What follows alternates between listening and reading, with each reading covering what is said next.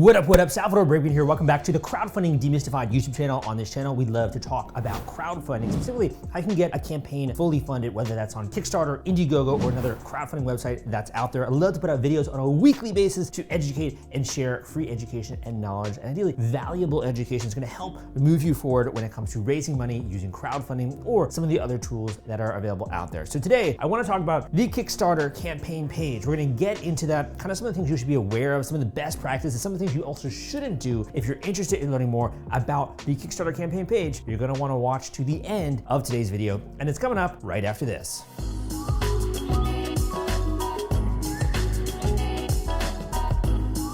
All right, man, so you've been working hard. You've been learning a little bit about Kickstarter and how you can raise money for a new venture, for a project, for a campaign doing this, whether it's a physical gadget or a gizmo or a board game or something more creative in nature, and you're getting excited about this. But you still got one big question in your mind, and that's the campaign page. The first thing that people see when they come across your actual campaign is that campaign page, right? So how do you actually develop an optimized page? How do you make sure it's good? What are some of the best practices? What are some of the things you shouldn't even do, right? To make sure that you steer clear of some of those red flags. I want to talk about that in today's video. Again, my name is Salvador Briggman. I've been in this industry since 2012, where I started my blog, crowdcrux.com. We also got a podcast out there, the Crowdfunding Demystified Podcast. I also have a bunch of books out there and free courses and all that kind of stuff to help you. But that being said, let's dive in. Let's talk a little bit about the Kickstarter campaign page. So I think of this as kind of like the sizzle, right? That sells the steak. So I think one of the biggest mistakes that a lot of beginning creators will make is that they will literally just like present the steak. Like imagine you're in a restaurant and someone just like lumps a hunk of beef on a plate and serves it, and it's like, hey, here's the steak, right? It's like, it doesn't really work that way. There's a lot more when it comes to presentation and even describing the flavors that the restaurant goes through, right? The waiter specifically goes through the presentation of the food, the way they drizzle the sauce on. There's a lot of presentation that makes that actual meat or that actual steak look and feel appealing, and it's all marketing. So the page is just like that. If you think you're just gonna throw up, for example, a pitch talking just about what you wanna do, why you're raising money, and kind of the basic stuff, that definitely worked in the beginning days of Kickstarter. However, now it's much more of a marketing exercise in convincing people why this is something that they should consider backing, they consider joining, why they should actually help when it comes to this project. So the first thing that I want to draw your attention to on this page is really the video. So the layout that I have here is more of the web-based layout. If you're on your mobile phone, it's gonna obviously look a little bit different. But when it comes to web-based layout, to me, the biggest thing that typically catches people's attention when they're actually coming to the page are usually the video and the title. So the title kind of frames things, and a lot of things you can do with keywords. So when we think of the title, we typically think of things when it comes to branding. So branding related to the actual product, we think of keywords. So how are people discovering this if they're typing in information on Google or they're typing information on Kickstarter, how are they discovering it from the actual title? Other things would be what I call framing, or kind of like what mindset you want people to be in. So framing is just kind of basically directing people's attention to a particular subset of features or functions. For example, an AI-powered assistant. Well, if the title is an AI-powered assistant, all of a sudden you already have a sense of what the product is a little bit about when it comes to being very technology driven, helping you out, and also not needing a lot of manual inputs, right? We use the page to kind of be a teaser for the rest of things, the title for the rest of the page. And again, it's branding, keywords, and a lot when it comes to the framing, okay? So when it comes to the video is really kind of where the magic happens, if you want to think of it in this way. That's because video is such an incredibly powerful medium, because people can actually watch this video and they can start to feel real emotions when they're actually learning about this product, learning about what you're trying to do, get to know you behind this screen, right? I'm an actual real person behind this screen sharing this information with you guys. And that same thing happens, that same kind of connection can happen when it comes to the video. So with the video, some of the things you want to be aware of are the thumbnail. So the thumbnail is going to decide whether or not people actually decide to watch the video. That's also going to be the thumbnail when it comes to the campaign page. So when people are, I'm going to say camp page thumbnail, Camp T. When people come to the actual page or go on Kickstarter and they're browsing, they're gonna see a particular thumbnail of your campaign, and they're gonna click on that, and then they're gonna open up this entire page. So the thumbnail for the actual campaign page, as well as the thumbnail in the video, can really determine whether or not even someone takes the time to learn more about what you're doing, or to click play, right? To actually watch that thing until completion. And every single student that I've had that really spent a little bit of time on the thumbnail, they tend to get much higher video completion rates. And in addition, you have more people that are actually watching the video. If you look at the actual rates of the people coming to the page versus versus the ones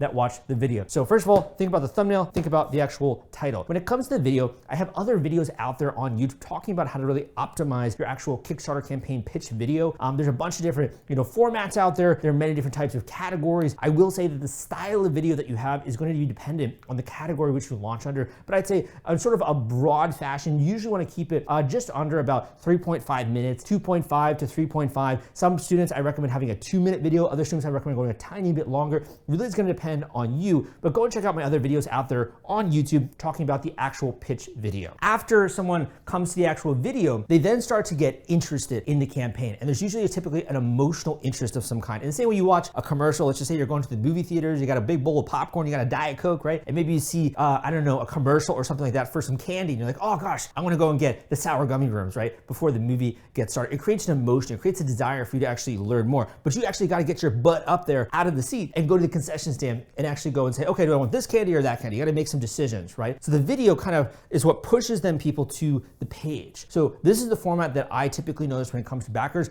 After they watch the video, then start to go and scroll through the page. You do have some backers or creators who will actually go and actually look at the page first, then go to the video, but typically I'd say it's one over the other, right? So the page typically then gets more into graphics, it gets into text, it gets into GIFs, and these are all basically mediums which you can use to communicate your message. So I know it's a little bit complicated, so hear me out. I'm gonna first talk about what are the actual formats and mediums that are typically found on the page, and then we're gonna talk about kind of a basic layout, okay, when it comes to the page. So first of all, what the heck are you gonna find when it comes to the page? So I'm gonna kind of write this here. You're gonna find things such as GIFs, images, you're gonna find text and information like that. You might find additional videos, content. So the way you wanna think of it is there's basically different tools which you have access to, which you can use in order to expand on this particular pitch video. So let's just say that you've invented a whole new product, okay? And maybe this is a seat or something like that, which you can take with you anywhere. Can take with you on the go if you're going to the park. Maybe this is a seat that you can take with you if you're going to the beach. This is a seat that you can take with you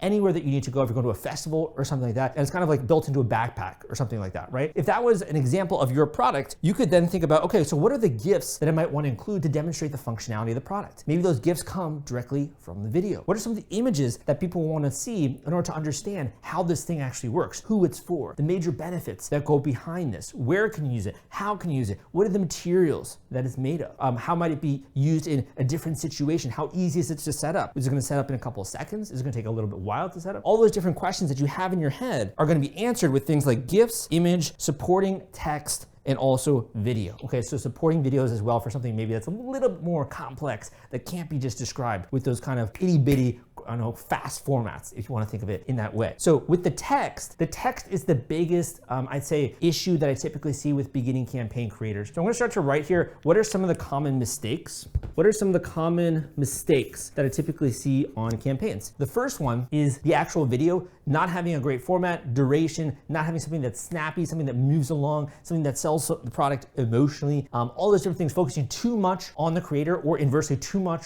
on the product, having the right balance. So I'd say just the video, overall the format, and adhering to a format that works, okay? And I have, like I said, I have other videos out there on YouTube that talk about this. You can also book a one-on-one coaching call with me, and you can go much more in depth when it comes to that, and an intensive coaching call, which you can check out down below or at my link, crowdcrux.com/coaching, okay? So that's really when it comes to the video format. The next one that I see is typically on the page. It's usually too text heavy. This is, I'd say, one of the biggest issues that I typically see with a lot of coaching students, as well as with a lot of people that are part of my group coaching programs, that are part of even the courses that I have out there. Typically their pages are a little bit too text heavy. And I totally understand that, because you're passionate, dude. You're passionate in the same way I am. You got a lot to say. You want to get a pitch out there. You want people to know why it is you're doing this. You want them to understand the story. You want them to really understand the value behind this project. However, if they just come to the page immediately and there's just a huge wall of text, okay? Like if there's just a lot of text here that they have to read, they're not going to take the time to do that, my friends. And I know that's so difficult a lot of times to understand and hear, but typically it's much better if you actually lead the forefront of the page. So we think about this in sections, right? If we lead the forefront of the page, that should really be the most highly engaging photos, GIFs, maybe video that's going to be there in order to demonstrate what do they care about most? Functionality of the product, benefits of the product, who it's for, what it's going to do, right? And then getting a little bit more into specs. So I think of this more as emotional hook. Okay, so we're saying emotional hook. And again, that's through things like benefits, functionality, what is it going to be doing, who is it for, why is it so cool, in different scenes as well. If you're getting photos done, for example, with a product, maybe getting it done in a really interesting looking background or on a granite counter table, or let's say you've created new playing cards or something like that. Having just some really visually appealing images which you can insert into the page is going to make it seem really high quality, and like you spend hundreds or you spend thousands and thousands of dollars on a really great page, right? So this is something you want to think about. Emotional hook, and again, using GIFs, images to do that initially. Once you begin to draw people's attention, I think of this kind of as like laying breadcrumbs or slowly teasing them into the page, right? Getting them to care more, to be more and more invested. Once you accomplish this of this initial phase, then you can get much more into the nitty gritty. So at this point in time, they should care, right? You get to a certain section on the page here, and again, this is not necessarily to scale, okay? So this could be a long section, right? It could be a short section, kind of depends on what it is that you're doing. This is not necessarily to scale, okay? So let's say once you get through the emotional hooks, you get into the features, all that kind of stuff, and you know they actually care / they are interested. They have interest or they have caring. And I have another video out there as well on YouTube that kind of goes through the different stages when it comes to marketing, and more from like a studious perspective, or however you want to say it, I guess the actual framework, the strategy, right, that goes into that. I threw out the word studious. Actually, I really hated school, honestly, when I was growing up, man. It was not practical at all. That being said, okay, so let's get back into this. So we were talking about emotional hook, the fact that they care. So now we kind of get into the next section. So the next section is really when they're ready to make a decision and they're looking for more supporting contextual information. So what do I mean by that? First of all, they're ready to make a decision, or they're very close to ready to make a decision. So let's just say, going back, rewind the clock, right? Go back to that example when we were in the movie theater and maybe the girl I'm with is like, no, the movie's gonna start. Don't go get the popcorn or don't go get the candy, right? I'm like, no, but I really want some candy, right? So I'm like, okay, I'm just gonna go get them really quickly, right? So I go down the stairs and I go to the concession stand. Now I have to make a decision, right? So I have to decide which kind of candy do I want. So I'm looking at the different boxes and cartons of candy. I'm thinking, what do I want to enjoy? That kind of stuff. I'm thinking about the flavors, particularly of the candy. I'm thinking about what the girl that I want to might also enjoy, because she's always going to eat something a little bit, right, of whatever I get. So they're going to make a decision. So this is when they're thinking more about, when it comes to a product, specifications. They're thinking about the different colors. What is it made of? Okay. How might you use it? What are some of those different use cases that you might have in your home? How fast is it to set up? All those kinds of things that they think much more about ownership of the product, right? Do they want to actually own this thing? They're getting those questions answered in the sort of make a decision section, which I call, okay? That is very different from project to project. So some people might care more, for example, when it comes to like a film or something like that, like who are the writers, the producers, the story, like all that kind of stuff. Where is it that they're filming these locations? Like they might care more about that. So you're gonna have to customize this to your particular type of category or product. Once you get through that and they're kind of like getting more and more sold about making a decision, this is actually when you want to get more into what I call backstory or story. Okay, so you probably can't read this. This is kind of a little bit too low. So this says down here just backstory or story. Maybe I'll write this up here just so you guys can see. So we'll say story. This is when we're actually telling a little bit more, I'd say, of the contextual information that will cause someone to feel much more trust when actually supporting your Kickstarter campaign. So what do I mean by that? I mean, for example, iterations of the product, showing the way that it's kind of come together over a series of years or months, talking about the timeline, getting more into things when it comes to like, okay, we were initially thinking about this, then we changed this idea, and then we worked with these materials, we did this, and you can kind of see the whole story as it began to come together. What I tend to see as one of the big mistakes, and this is done by really great marketers. If you're a really good marketer, you have a lot of experience, you can weave story throughout the actual campaign page. However, for a beginner, usually they're not so good at doing this. So typically, story, unless it's a very specific campaign category or a very unique campaign that kind of falls out of the realm of what I'd say would be more of like an average campaign, story is typically more so towards the end. And that's a big mistake, is that sometimes people are talking about, hey, here's why I'm doing this, and here's my entire life story, and this is everything that led up to it. And then eventually they get into the emotional hook and the functionality and that kind of stuff. But people, you already lost them. People don't really, care as much about that until they know that this is something they actually want to own. And then they can appreciate the craftsmanship. If you've ever, for example, been able to go to a really nice vineyard or a winery and you have a really great glass of wine and you're appreciating it, and all of a sudden they tell you, oh, oh yeah, like this was made by hand massaged grapes, right? Which took years to ferment. And now you get to enjoy this in one beautiful glass of wine. All of a sudden you feel so much better about drinking that wine. But if I was to tell you about the history of wine without having a glass of that, you'd get bored to tears. It's only because you're participating in the experience of actually tasting that wine, or in this case, buying the product, that you then begin to care more about that contextual information. Want to take all the stress out of fulfilling your Kickstarter rewards? Fulfillment is the turnkey solution that puts product delivery on autopilot. The Top Campaigns uses trusted high-tech provider to store, package, and ship their products. Focus on growing your business. Leave shipping to the experts. Don't wait. Get a custom quote from Fulfillment today. Link in the description. So I want to go through a couple more common mistakes, and we'll get into some of this information. Let's get into some of these common mistakes and also talk a little bit more about some of these other elements when it comes to the actual Kickstarter page. So with the page, we've obviously gone through the video. We talked a little bit about the actual page, some of the different elements that go on the page, some of the formats and the mediums, those kinds of things. Let's talk about the importance of the thumbnail. What about rewards? So rewards are really what people get at the end of the day when they back your Kickstarter campaign. So that could be the actual product, that could be packaged items that you have. You know, someone, for example, pledges $100 to get a bunch of different stuff in that particular reward package, or it could be that individual item. So with the rewards, the main thing that you want to think about when it comes to the page are a couple of different things. Number one is shipping. Shipping and the prices, and also where you're going to be delivering this product, whether that's internationally or you're keeping this based in the United States, wherever it is that you are, if you want to do that. The rewards are going to be important for that, as well as the copywriting. So the actual information here when it comes to this, I do think this is an incredible marketing opportunity, because again, it makes people feel like they're getting a ton of stuff for a small investment or for a small amount, right? When it comes to actually backing your project. So you could, for example, talk about what's the retail price if you want to. You could talk about all the different items which are included when it comes to that particular package. You could also continue to kind of embellish a little bit more on the actual copy from the actual page to remind people of important key facts, whether that's, you know, what it's made out of or how it's robust, etc. So you can use copywriting to your advantage when it comes to these particular reward tiers. In addition, when it comes to reward tiers, and this is part of the page, but also kind of goes a little bit beyond the scope of the video, but I want to share more stuff with you, obviously. One would be thinking about rewards that get announced on specific dates. So you could have specific dates when rewards are announced. You could also have limited duration or limited quantity reward tiers. And that's going to play obviously into the effectiveness of the page. For example, if you come to one page and there's no limited quantity rewards, there's no sense of urgency but to support it. Now, this is actually very controversial, my friends, particularly if you listen to my podcast, Crowdfunding Demystified. You have some creators who don't like the idea of having limited quantity rewards or like super discounted rewards because it can kind of turn off some backers. Other creators swear by it, right? So it's really going to vary from project to project, your ethos, your values, all that kind of stuff. So you can have certain dates when certain rewards are actually listed on the page. You can also have limited quantity or limited duration rewards that are made available here. And that's kind of, to me, adding a lot of value when it comes to this section. In addition, typically when it comes to right around making a decision, you're also going to have what's called a reward graphic.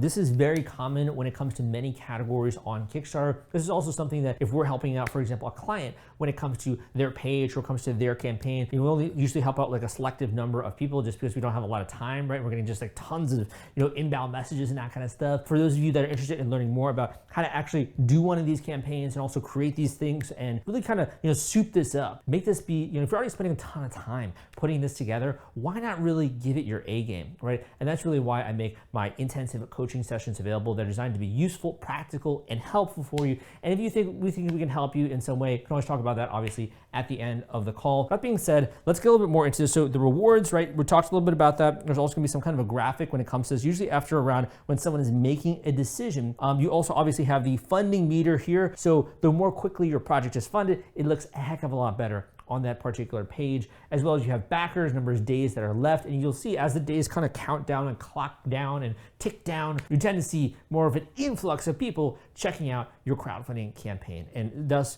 your page tends to become much more popular. And as well, the more backers you have, naturally, you tend to trigger the actual algorithm, and we have other videos out there on the actual Kickstarter algorithm. So that being said, there's also a creator section. This creator section is a great opportunity, in my opinion, when it comes to your page to elaborate on the story. So this could just be, for example, a photo of you talking a little bit about what you're passionate about, talking about you, your background, where you're from. It could just be a little bit more information to give someone who's never met you before the confidence to actually back your campaign when it comes to Kickstarter, which is a little bit scary. You're meeting strangers, guys. You're meeting strangers online, right?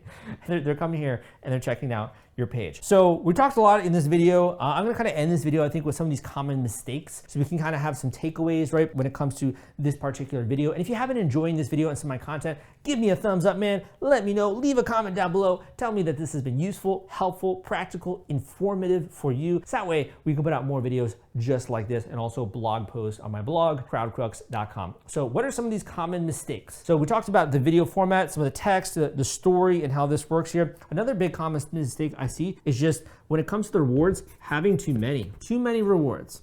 Too many rewards will create what's called kind of analysis paralysis. So that's kind of when like there's just too many things that people can choose from, too much selection, too many options, right? A lot of people think options are better. In reality, a couple of options are better, but when you have tons of options, it actually creates analysis paralysis and people tend to actually not want to make a decision. Or they kind of like, I don't know, I don't make the wrong decision, and they end up just not making any decision whatsoever. So if you have, for example, like 15 rewards, that's going to be a very crowded campaign page. And it's also gonna be very difficult for someone who's new to come and check this out and want to actually make a decision, because they'll be like, oh no, should I pick this one or that one or this one? I can't decide. And it's like, oh, I don't know, I'll figure it out later. And then they leave your actual campaign page and they don't become a backer of your project. So having too many rewards is definitely a common mistake that I see when it comes to campaign creators. The other big mistake I would see is not using some of these devices that we talked about. So using things when it comes to urgency or scarcity devices, or not just being aware of it. So scarcity devices. The other thing here would be having supporting information when it comes to the rewards. So what are you getting, and being really elaborate about that. So like, I know it kind of is almost like overselling. I think of it almost as over explaining, but a lot of the times we suffer from that curse of knowledge where we know so much about the product that we forget, oh, I didn't,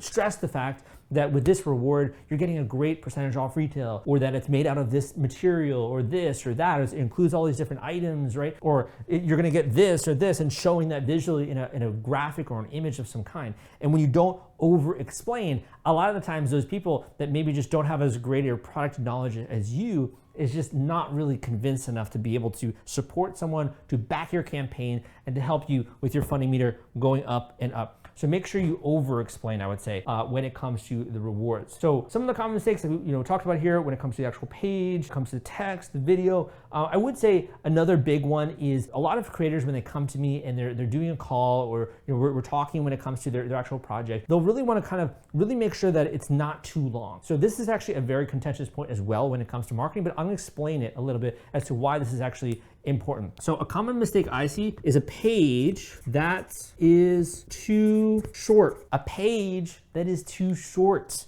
What does that mean, dude? That means that you want to be brevity, you want to have brevity, and you're aware that we live in like a hyper, fast world, and so many people are trying to, get their attention like spiked and like really short form content and that kind of stuff. And you're like, you know what? I'm just gonna have a really short crowdfunding campaign page. And I have people come to me and I'm like, dude, I know that I totally understand where it's coming from. However, when it comes to sales, when it comes to marketing, a longer page is actually proven to be much more effective in terms of conversion rates than a shorter page. Now, why is that, right? So that kind of goes beyond the scope of this video, but I'll give you just one or two hints, right? So one is that a longer page allows you to attract and to also, cater to many different buyer types. So not everyone is the same. Everyone's brain is different. Dude, you're good at things that I'm not good at. I'm good at things that you're not good at. We think in different ways. In different situations, when we're buying something, we all have different reactions and ways of processing and mindsets and all that kind of stuff. So for example, like in school, one of my least favorite subjects was math, whereas people on my team, some of their favorite subjects are math, right?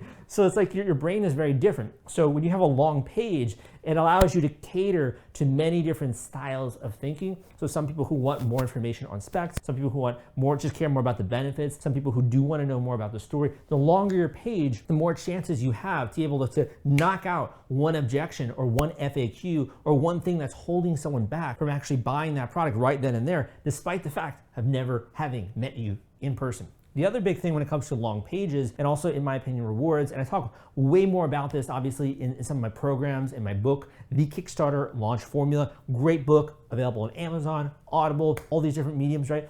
So when it comes to this, one of the other things I talk about is marketing is a lot about showcasing value and also demonstrating how do you stand out from the pack? So if you have a page that's very professionally done, that looks really good, that looks like there's tons of value in this offering, that people did hard work, they're serious about that, people are also gonna take away that conclusion that if they're doing this product and campaign, they're probably also gonna be serious about that. There's actually a ton of more reasons why, but I'll cap it when it comes to that. And I'll leave you with one more big common mistake here when it comes to this particular process. Now, the biggest mistake that I see is trying to get this done in like a weekend. Okay, we're trying to get this done in 2 days. I think even to try to get this done in a week is a very, very ambitious mindset unless you have a team of people that you are working with. So just as an individual, typically you want to take some time. So my biggest common mistake is not realizing, I think I lost my blue pen here somewhere, not realizing that this takes time. Great stuff takes time. Sometimes you see something that you've never seen before, like a crowdfunding campaign page. And you're like, oh, I can do that so simply, so easily, and you kind of undervalue it. But in reality, keep in mind, this is the #1 thing that's gonna cause people to support you online, to back your Kickstarter campaign, to become a buyer of your product. It is the most important thing. If people come to this and they don't do that, it obviously is not freaking working. So you need to really give it the respect that it deserves. Give it the time that it deserves to put together a really good campaign page. And I'll be honest, it takes a lot of different disciplines, a lot of hard thinking. That's also why a lot of people kind of want to, have a much more templated kind of process when it comes to this, because it does drain you and suck up a lot of time and information. But I'm here to tell you that literally anyone can put together an incredibly powerful and compelling Kickstarter page. I've had many students who have done it over the years. I've had people who have never done a campaign before and are able to put together an incredible page that gets people to back their project. So you too can also do this. So I hope that you enjoyed today's video. And if you did, again, my name is Salvador Briggman. Please give this video a thumbs up and let me know that you liked this content, my style of teaching, right? The way that I try to put out education information for free out there and also make it a little bit interesting and engaging. I do this as well on my podcast, on my blog,